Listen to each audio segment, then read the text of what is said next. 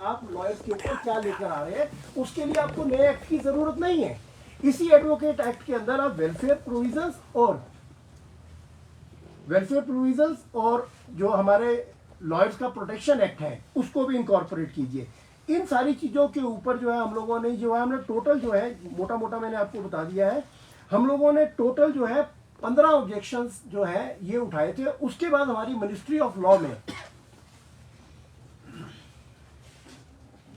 ये 19 तारीख को हम लोगों ने ऑब्जेक्शन दे दिए। फिर एक हाई लेवल कमेटी हुई जिसमें गवर्नमेंट ऑफ इंडिया की तरफ से union law minister, secretary law and mister Dhruv Kumar जो वहाँ के अपने अकाउंट्स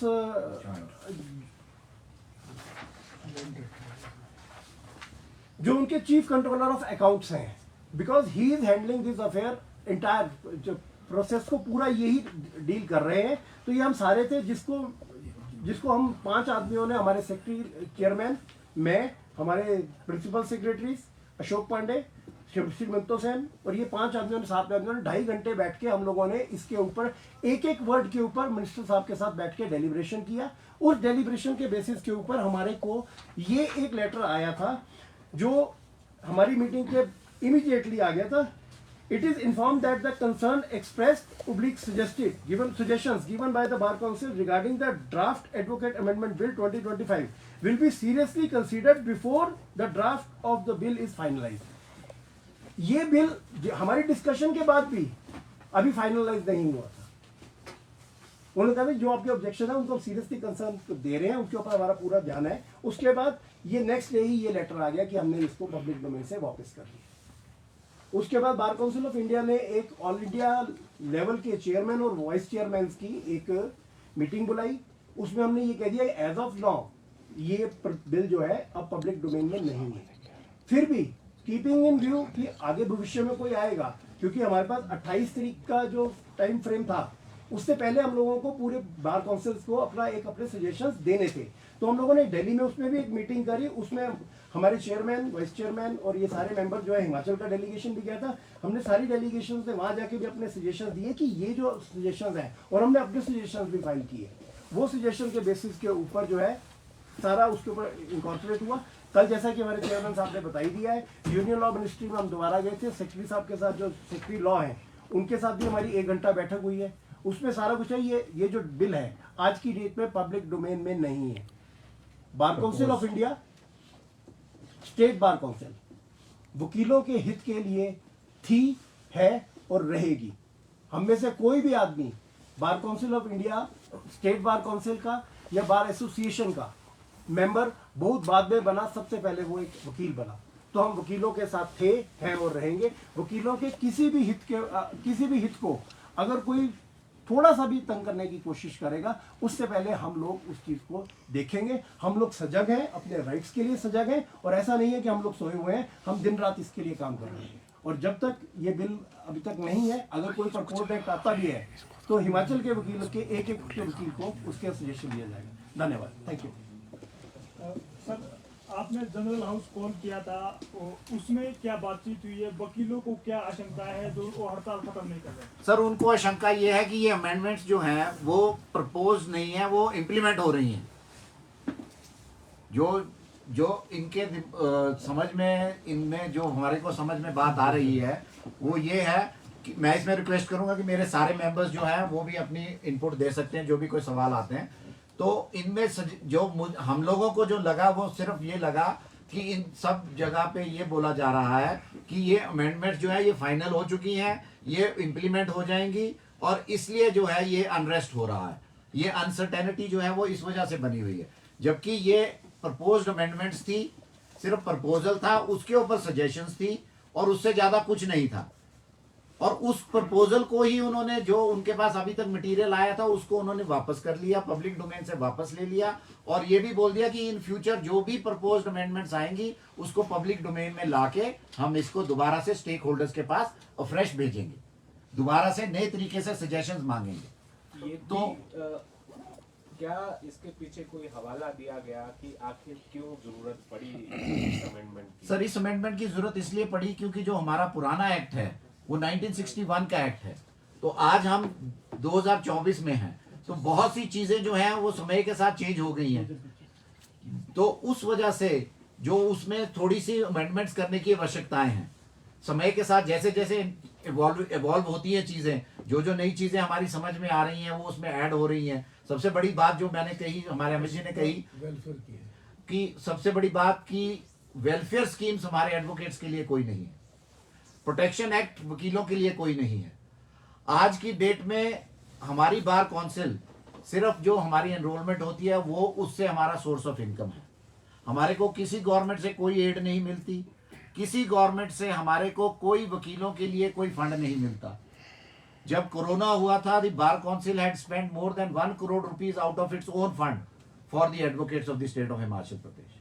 तो ये स्थितियां हैं जिनको अब नए एक्ट में वो इनकॉर्पोरेट होके आए, ताकि उनको एक लीगल फ्रेमवर्क में लेके आए, ताकि उनको एक लीगल वो मिले, शेप मिले, ताकि वो कल को उनको हम इंप्लीमेंट कर सकें।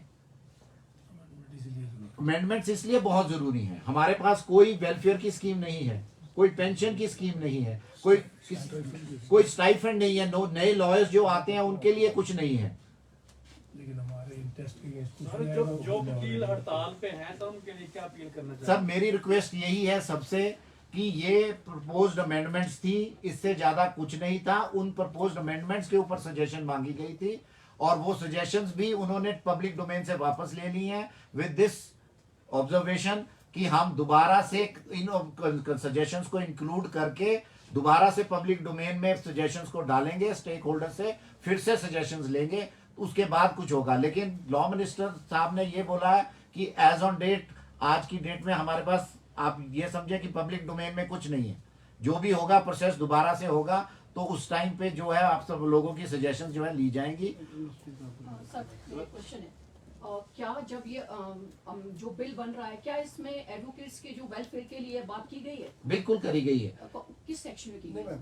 यही अगर आप हमारा अगर आप ये लेटर देखेंगे, जी सर, इस पर्टिकुलर लेटर के क्योंकि इसमें तो सिर्फ मैक्सिमम बहुत सारी चीजें हैं मैडम, जिसपे मैडम, जो हम लोग नेशनल लेवल में इसमें प्रोटेस्ट में गए हैं, उसके बाद ही मैडम आपको सेंट्रल गवर्नमेंट ने इसको, मैडम इसको ये मैं बोल रहा हूँ, जी सर, हमारा जो डिटेल ऑब्जेक्शन है इसका पैरा 22 पैरा 12, इस पैरा 12 में हम लोगों ने सारी चीजों को कहा है कि इनको आप इनकॉर्पोरेट कीजिए जो मिसिंग है।